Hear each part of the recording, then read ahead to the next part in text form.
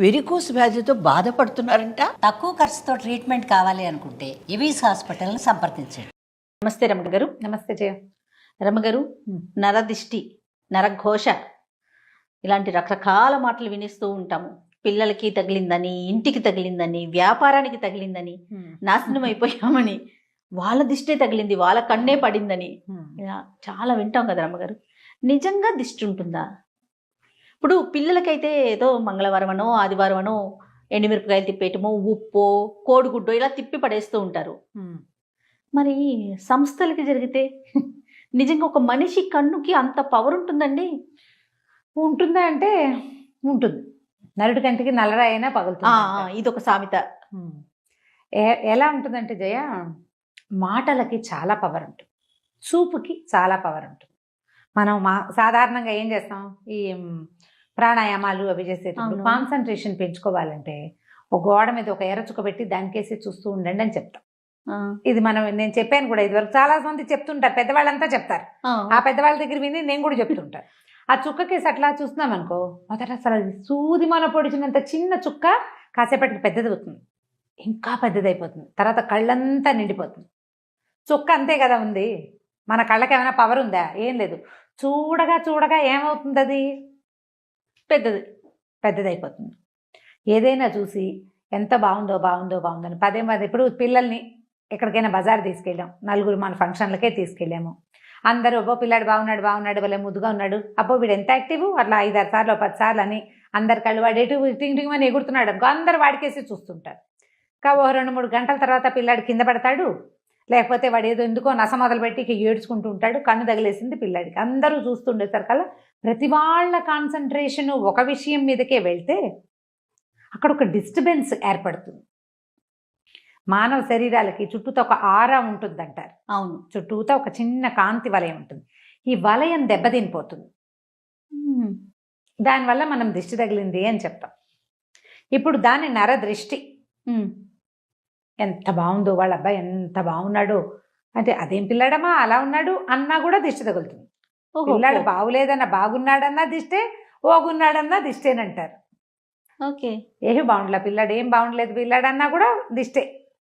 పిల్లాడు బాగున్నా దిష్టే, బాగుండపోయినా దిష్టే. చూస్తూ ఉంటే జనం చూసిన కొందికి ఇబ్బంది వస్తుంది అనమాట. అయితే ఇప్పుడు సంస్థలు లేదా వ్యక్తుల గొప్పతనాలకి జనం ఏమిటి, ఇప్పుడు అమ్మో వీళ్ళు ఎంత సంపాదించేస్తున్నారో అని గాను, లేకపోతే ఎంత పేరు వచ్చేసిందో అని గాని, అందరూ దాని గురించే మాట్లాడి ప్రతి వాళ్ళు దాని మీదే దృష్టి కలిగి ఉంటే దాన్ని నరఘోష అంటారు. ఘోష. ఇప్పుడు నోటితోటి ఒక మాట అంటాం కదా జయ, వీళ్ళు ఎంత సంపాదిస్తున్నారో లేదా మంచి సంపాదన వచ్చింది అని అన్న లోపల ఒక మంట ఉంటుంది మనకి. ఒక్కొక్క వ్యక్తిని బట్టి, వాళ్ళ మనస్తత్వాన్ని బట్టి. వాళ్ళది పాజిటివ్గా చాలా కష్టపడ్డారు, ఇవాళ పైకి వచ్చారు, 10 రూపాయలు తెచ్చుకుంటున్నారు అన్న మాట పైకి అన్నా కూడా లోపల అది ఉంటుందో ఉండదో, ఇంటెన్షన్ వేరేగా ఉంటుంది. లోపల ఉడుకుతోంది అనుకో, బయటికి వచ్చిన ఈ మాటలలో ఒక రకమైన వైబ్రేషన్ రిలీజ్ అవుతుంది.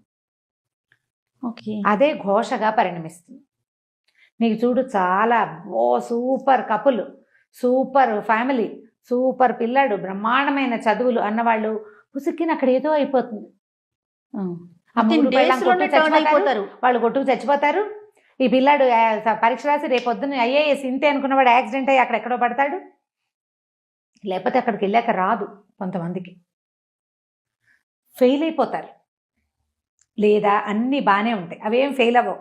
వీళ్ళకే ఏదో అనారోగ్యమో, చెప్పుకోలేని ఇబ్బందులు, వీళ్ళ సక్సెస్ అంతా అలాగే ఉంటుంది. కానీ వాళ్ళ జీవిత ప్రయాణం మహావిసగటగా మారిపోతుంది. రోజు ఏదో ఒక చిన్న ప్రాబ్లంతోటే ఉంటుంటారు వాళ్ళు. సక్సెస్ మాత్రం అదే రేట్లో ఉంటుంది. ఈ ఘోష సక్సెస్ని కొట్టలేదు, ఎందుకంటే వాళ్ళ సక్సెస్ జాతక లక్షణాలు గట్టివి, గ్రహాలు చాలా గట్టివి. అందుకని వీళ్ళకి చిన్న ఇబ్బందులు, రుగ్మతలు, శారీరక మానసికమైన రుగ్మతలు, సంసారంలో ఇబ్బందులు, స్నేహితులతో ఇబ్బందులు వచ్చేస్తాయి. మనం గమనిస్తూ ఉంటాం వాటిని కదా.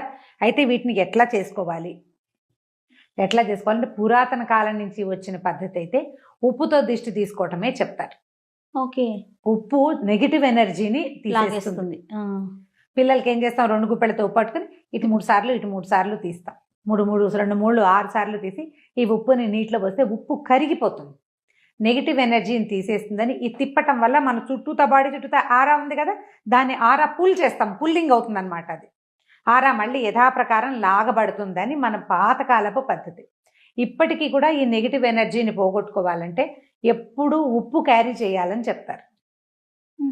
ఇళ్లల్లో మనం ఇంట్లోకి వెళ్తాం, ఈ మన హాల్లో కనపడే చోట రాళ్ల ఉప్పు ఒక కప్పులో పోసి పెట్టడం, నెల నెల మార్చేసుకోవాలి. బాత్రూముల్లో ఉప్పు పోసి పెట్టుకోవటం, బాత్రూంలో కూడా ఒక గ్లాస్ బౌల్లో ఉప్పు అని తెలియాలన్నమాట, అటు పెట్టుకోవటం.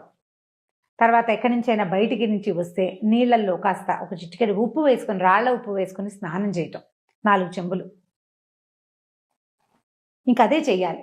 ఇంట్లో ఉప్పు, నీళ్ళలో ఉప్పేసి ఇల్లు తుడుచుకోవటం. నెగిటివ్ ఎనర్జీ తగ్గుతుంది దీంతో. తర్వాత ఎప్పుడు ఏదైనా ఒక భగవన్నామస్మరణని అలవాటు చేసుకోవాలి.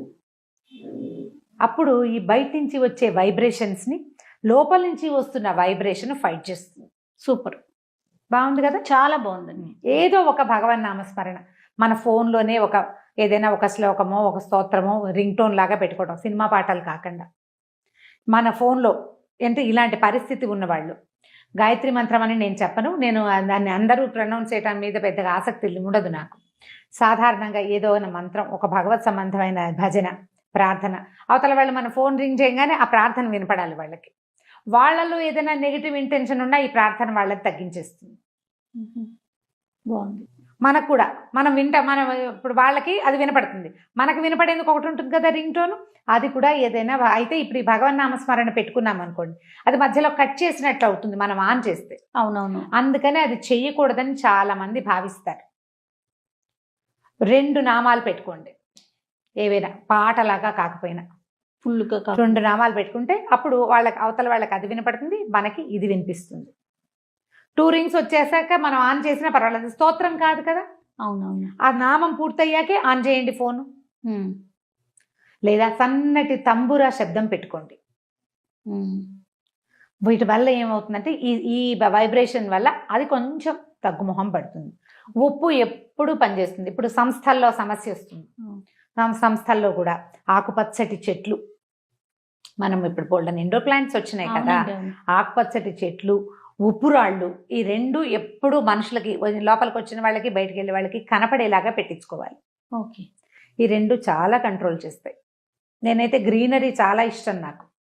ఇప్పుడు ఒక దాంట్లోకి వెళ్ళినా కూడా పచ్చదనం మనకి బుద్ధికి నెగిటివ్ ధోరణిని రానివ్వదు. అవును అవును. ఇది చాలా బాగుంటుంది కదా. అక్కడి నుంచి లోపలికి వెళ్ళంగానే పోస్టర్స్ అవి ఇవి పెడతారా, అవి బాగా మంచి ప్రకృతి వనాలని వేటినైనా పెట్టడం ఆ పోస్టర్లని. ఏవో బొమ్మలు కాకుండా గ్రీన్ పిక్చర్స్ ఇలాంటివి పెట్టుకుంటే అదంతా కూడా నెగిటివ్ ఎనర్జీని తగ్గిస్తుంది. ఉంటాయి, ఇది లేదు అని అనడానికైతే వీల్లేదు. దాని ఎఫెక్ట్ ఖచ్చితంగా ఎంతో కొంత పడుతుంది. నమ్మం అనుకున్నారు మీరు, మాని నేను నమ్ముతాను, నేను చేస్తా. ఇప్పుడు ఒక గ్లాసులో ఒక కప్పులో ఉప్పు పోసి పెట్టినంత మాత్రం ఏం నష్టం? అదే కదా. అంతేనా? మన ఇంట్లో 2 ఆకుపచ్చటి చెట్లు పెట్టుకుంటే మనకు లాభమే కానీ నష్టం లేదు కదా, మనకు మంచిదే కదా, గ్రీన్గా కనపడతాయి. అంతే. ఓ రాళ్ల ఉప్పు ఉంటుంది, ఓ వస్తువు అట్లా ఉంటుంది. ఎప్పుడు మనం షోపీసులు పెట్టుకోవట్లా బోల్డ్, ఇది కూడా పెట్టుకుందాము, ఏమైపోతుంది? ఇల్లు క్లీన్ అవుతుంది అనే సంగతి మనకు తెలిసిందే. చీమలు దోమలు కొంచెం తక్కువగా ఉంటాయి, చీమలు రావు పెద్దగా ఉప్పు పెట్టి తుడిస్తే. ఈ నెగిటివ్ ఎనర్జీ ఒకటి తగ్గిపోతుంది. ఇంట్లో ఏదైనా సరే చీకటి మూలల్లో చేరేటువంటి రకరకాల శక్తులు అవన్నీ బయటికి పోతాయి. చేసి చూడండి, ఒకవేళ మీకు ఇలాంటి అనుమానం ఉంటే కనుక చేసి చూడండి. ఇంకా ఏవో కొత్తవి చేయొద్దు, మన పురాతన కాలం నుంచి మన ఇళ్లలో తాతమ్మలు మామలు చేసే పద్ధతి. రైట్. ఇంకా పెద్ద పెద్దవి పెట్టద్దు, ఇంత మటుకు చేసుకుందాం, పనిచేస్తుంది బాగా. అది బాగుంది రమ్మ గారు, టిప్స్ మాత్రం చాలా బాగున్నాయి. అన్నిటికన్నా ఏదైనా భగవన్నామస్మరణ అన్నారు చూడండి, అద్భుతం. అది మనకి మనం చేసుకోవటం అంతే. ఎట్లా ఇప్పుడు కూర్చుంటున్నావు, రామా అని కూర్చోటం, లేస్తావు కృష్ణ అనిలే. ఆ రాముడు కృష్ణుడు ఆ శబ్దాలలో నుంచి వచ్చేటువంటి వైబ్రేషన్ నిన్ను ఖచ్చితంగా కాపాడుతుంది. దేని నుంచైనా, అన్నిటి నుంచి కాపాడుతుంది. అలవర్చుకోండి, కనీసం వాళ్ళు మనని వదిలిపెట్టకుండా ఉంటారు. ఖచ్చితంగా రమ్మగారు. నమస్తే. నమస్తే.